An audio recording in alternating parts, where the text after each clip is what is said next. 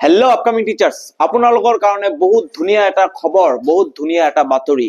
আপোনালোকে ইয়াতে চাব দেখি আছে যে DEELP টিচাৰ ৰিক্ৰুটমেণ্ট 2025 আপোনালোকৰ কাৰণে বহুত ধুনীয়া এটা অপৰচুনিটি আহি গ'ল। 2025ৰ কাৰণে আপোনালোকে সাজু হৈ যাওক, কিয়নো বহুত ধুনীয়া পোষ্ট আছে। টোটাল 4500 পোষ্ট আছে আৰু ইয়াৰে আপোনালোকে তলত চাব পাৰে। তলত যদি আমি যাওঁ, ইয়াতে আপোনালোকে চাব এলপি স্কুলত কিমানটা পোষ্ট আছে 2900 আৰু আপাৰ প্ৰাইমাৰী বা এমই স্কুল যেটো কয় এটো কিমানটা পোষ্ট আছে 1600 পোষ্ট আছে।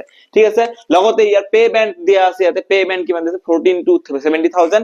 ইয়াতে আপোনালোকে চাব পাৰে ইয়াতে কি কি আমাক লাগিব, ইয়াতে কি কি দিয়া আছে আমি ইয়াতে চাব পাৰিম। ইয়াতে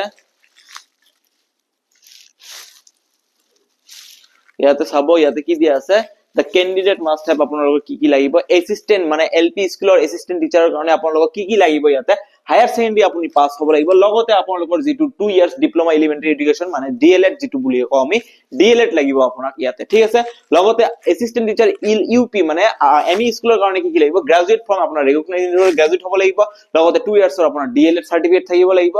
আৰু আপোনালোকে ইয়াতে চাব সায়েন্স টিচাৰৰ কাৰণে কি লাগিব, আপুনি বিএসসি ব্যাকগ্ৰাউণ্ডৰ হ'ব লাগিব, হিন্দী টিচাৰৰ কাৰণে আপুনি হিন্দীত গ্ৰেজুৱেট হ'ব লাগিব। ঠিক আছে, লগতে আপুনি যদি তলত যায়, তলত আপুনি ইয়াতে নিশ্চয় চাব পাৰিব ইয়াতে কি দিয়া আছে। ইয়াতে দিয়া আছে কি কি ডকুমেন্টস লাগিব। ডকুমেন্টস মেনশন বিলো শুড কালার স্ক্যান, ডকুমেন্টবোৰ কালাৰত লাগিব, কালাৰ হ'ব লাগিব। ইয়াতে কি আছে পাসপোৰ্ট সাইজ ফটোগ্ৰাফ এটা লাগিব, লগতে এইচএসএলসি এডমিট কাৰ্ডো লাগিব, এইচএসএলসি মাৰ্কশিট আৰু সাৰ্টিফিকেটও লাগিব। এইচএসএলসি মাৰ্কশিট আৰু সাৰ্টিফিকেট, মাৰ্কশিটৰ লগত সাৰ্টিফিকেট আপলোড কৰিব এন্ড কালাৰ। ইয়াতে কৈছে colour scan, black and white নিদিব, ভুল নকৰিব। লগতে দিছে এনি আদাৰ মাৰ্কশিট, যদি আপুনি হায়াৰ এডুকেশন লৈছে, আপুনি যদি এমএ কৰিছে, যিমান ডাঙৰ এডুকেশন লৈছে, আদাৰ্স এডুকেশন লৈছে, যদি আপোনাৰ কম্পিউটাৰ সাৰ্টিফিকেট এনি আদাৰ কি আছে মাৰ্কশিট আৰু সাৰ্টিফিকেট লগতে আপলোড কৰিব লাগিব। তাৰ পিছত ইয়াতে কি আছে ডিএলএড বা বিএড, ডিএলএড হলো হ'ব, বিএড হলো হ'ব, মাৰ্কশিটটো আপলোড কৰিব লাগিব। ঠিক আছে, plus BEd marksheet first year second year marksheet upload কৰিব। কাষ্ট সাৰ্টিফিকেট আপলোড কৰিবলৈ আপুনি ওবিসি এসসি এসটি জি ব্যাকগ্ৰাউণ্ড আপলোড কৰিব লাগিব। লগতে document in permanent resident PRC, যেটো আমি পিআৰসি বুলি কওঁ, পিআৰসি আপোনাক লাগিব। ইয়াতে পিআৰসি কথা ডাইৰেক্ট মেনশন কৰি দিছে, তো আপোনালোকে এটো ভুল নকৰিব যে পিআৰসি আমি এপ্লাই স্টাৰ্ট হোৱাৰ পিছতে বনাম।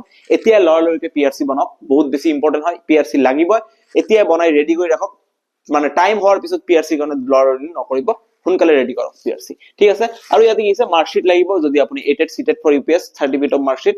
লগতে ইয়াতে কি দিয়া আছে এডভাৰটাইজমেন্ট, কি কৈছে ক্লিক হিয়াৰ এডভাৰটাইজমেন্ট। এতিয়া আপোনাক মই এটা কথা ক'ব বিচাৰিছো, যদি ভাবিছে যে মই প্ৰিপাৰেচন ল'ম, পটন নকৰি চেনেলৰ বিভিন্ন ভিডিঅ আছে, বিভিন্ন ম্যাথমেটিক্সৰ আছে, তাৰপিছত আমি কি দি আছো ইয়াতে, আমি ইয়াৰ ওপৰত মানে কি কৈছে এইটো ৰিজনিংৰ ওপৰতো প্ৰশ্ন দি আছো। আপোনালোকে প্লিজ চাব ভিডিঅবোৰ, সঁচাকে বহুত ইম্পৰ্টেন্ট প্ৰশ্ন লৈ আহিছো আমি।